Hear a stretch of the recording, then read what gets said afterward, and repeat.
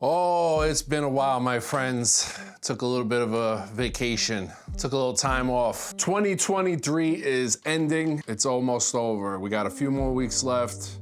Christmas is coming, the holiday season is here. So today we're talking about the top 10, my top 10 camera gear releases of 2023.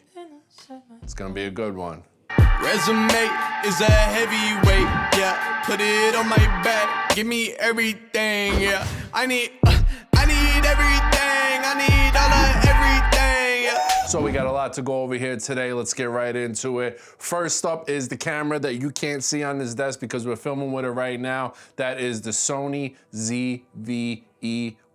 We're talking about the same exact camera sensor, resolution, and frame rate options as the Sony a7S III and FX3, but the ZV-E1 is superior in a ton of ways. Better autofocus than both of those cameras. We have subject detection, which neither one of those cameras have. You have trains, planes, automobiles, insects, birds, animals. We got touch screen options for all your exposure settings, which I absolutely love. It's long overdue there, Sony. Dynamic active steady shot, which works really, really well. It's tiny, it's lightweight. The only flaw that I could possibly think of with this camera is that it kind of maybe can possibly overheat on you.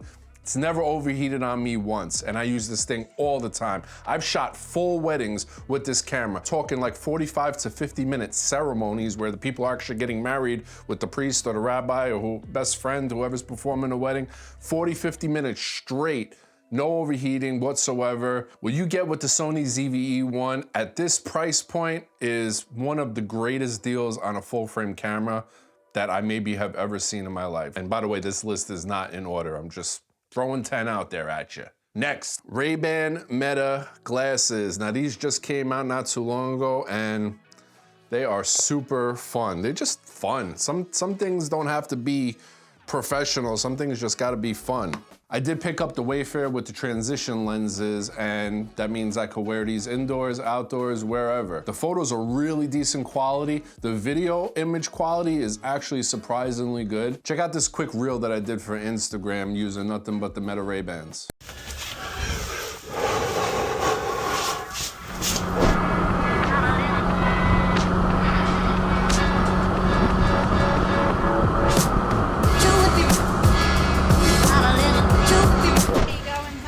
Thank you, too.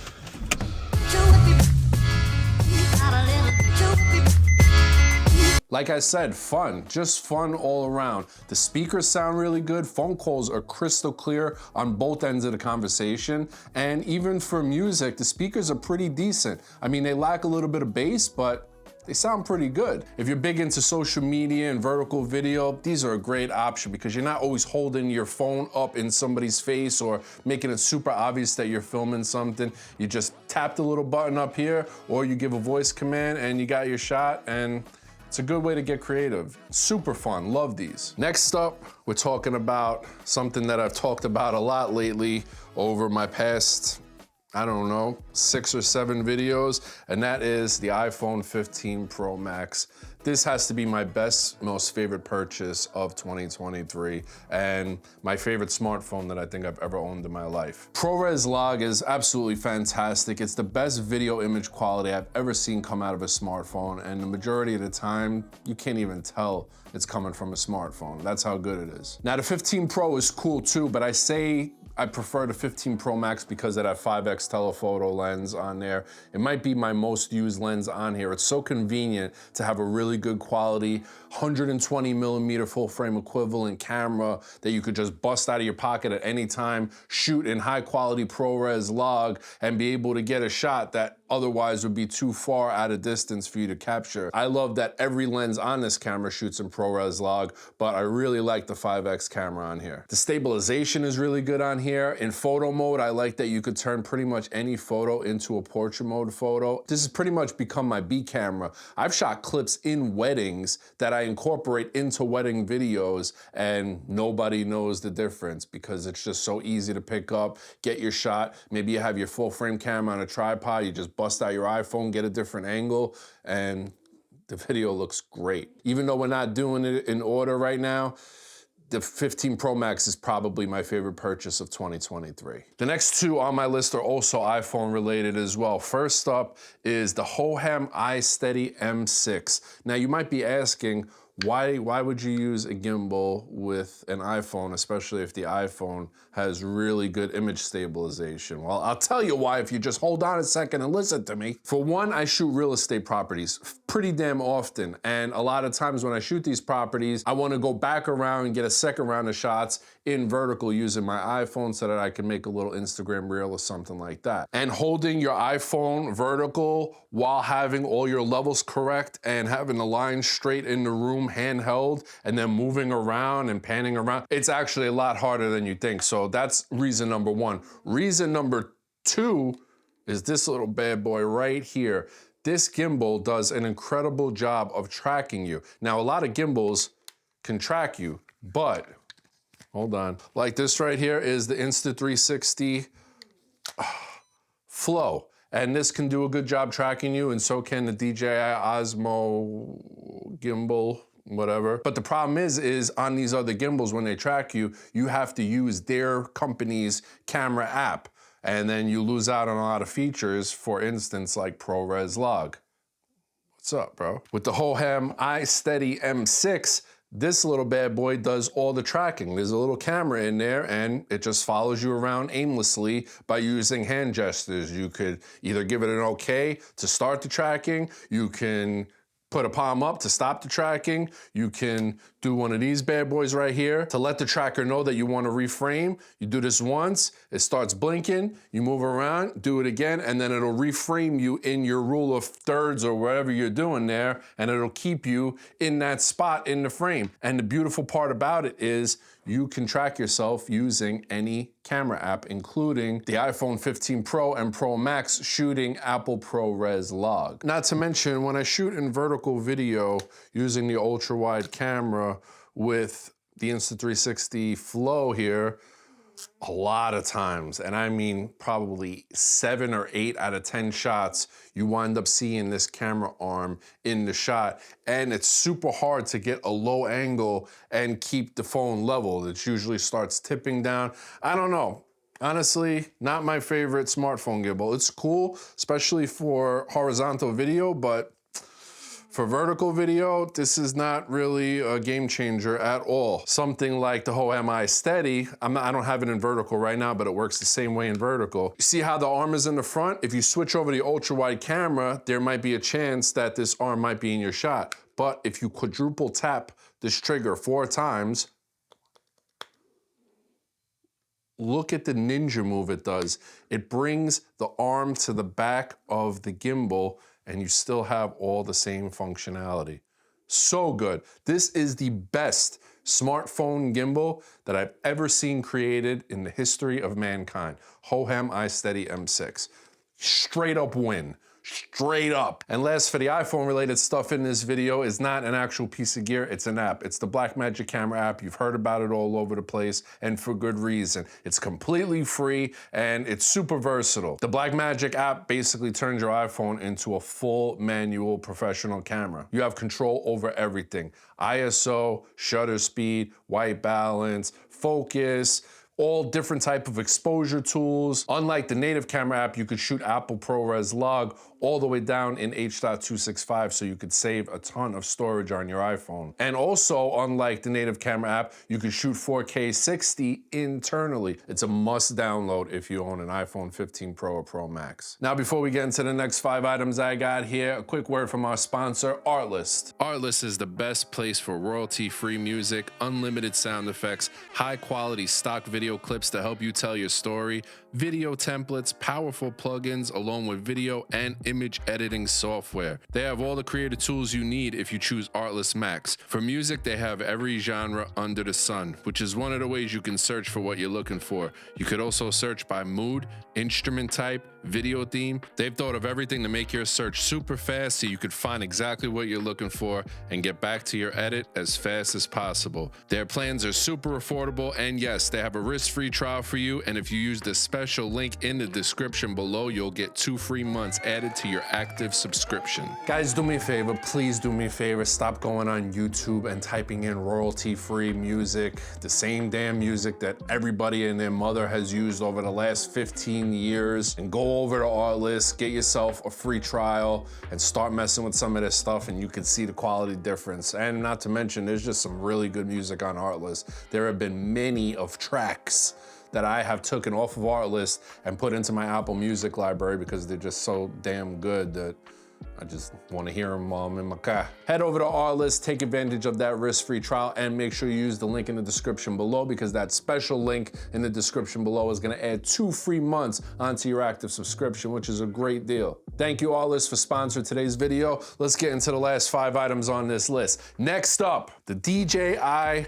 Pocket 3. Now, some of you guys may have saw that I put the DJI Pocket 3 up against my iPhone 15 Pro Max, and at the end of the day, I prefer the iPhone 15 Pro Max, but that doesn't take away from how great this device really is. It just shows how great the iPhone 15 Pro Max is, but DJI Pocket 3 is definitely a winner this year. And DJI just released an update for the Pocket 3, which adds 10-bit D-Log M to 4K 120 frames per second. So now you have 10-bit D-Log M all the way up to 4K 120, which is great. On a 1-inch sensor, not bad. Pretty good content creating device we got here. The screen on this thing is really good. I love the screen on the Pocket 3. Battery life is pretty good. Tiny camera, fairly large 1-inch sensor in here. Really good in low light, really great stabilization, and the tracking is great. This thing tracks really well. I think if you're looking for a small content creator, on the go, handheld, vlogging, wide angle sort of camera, then the DJI Pocket 3 is one of the best options that you can get out there. Next up, we're taking it over to Audio Town. This bad boy right here, the Rode Wireless Pro. This is the best and only wireless mic option as of right now that you should be considering if you don't own a wireless microphone and you're thinking about picking one up. Even if this is $50 or $100 more than whatever option you're looking at, I suggest you wait a little bit longer, put away a few extra dollars, and just pick up the Rode Wireless Pro, because there's nothing else out there that's comparing to this right now. Right now, audio quality is great. You're getting 2, not 1, you're getting 2 32-bit float recorders in one package. You get a ton of accessories when you buy this, including 2 really good lavalier mics. The charging case is really great. It's really small. It's the only charging case that I know of that you can actually keep the wind puff on the transmitter and put it back in the case with it on there. Everything else that I've seen so far, you gotta remove that wind puff. So that alone is just a huge convenience, because that pretty much guarantees that you're not gonna lose these wind puffs. Also, they have the twist and lock situation, so they ain't going nowhere. If you're into syncing up your audio using timecode, I'm not really ever, but if you are into that, that option is available on the Wireless Pro as well. It's a little side gem for you guys here. For those of you that really are addicted to the adapters that came with the DJI wireless mics, you can go on Amazon. I'll leave links to everything in this video down below, and pick up this little USB-C to USB-C adapter and take your receiver, plug it in here, and then you can plug it right into something like an iPhone, and it works fantastic. And then boom, you eliminate all the wires out of your situation. And this fits right in the case with it. You really only need this one case. I mean, you could bring your accessories if you want to, but everything fits right in here that you need. Next up is the DJI Osmo Action 4. I take out the Osmo. I think it's just called the Action 4. It's a much better name. DJI Action 4. Now, I know a lot of you are saying that the Insta360 Ace Pro just came out and it shoots 8K and all this stuff. I never messed with the Ace Pro, but not really loving the image quality results that I'm seeing. My buddy Camera Conspiracies did a few videos on the Ace Pro along with a million other creators, and yeah, super over sharpened. For those of you that use DaVinci Resolve, it's almost like somebody took the mid-tone detail and cranked it all the way up to 80. They gotta soften up that image a little bit, Insta360. I like Insta360, I've worked with them in the past. They have great 360 cameras.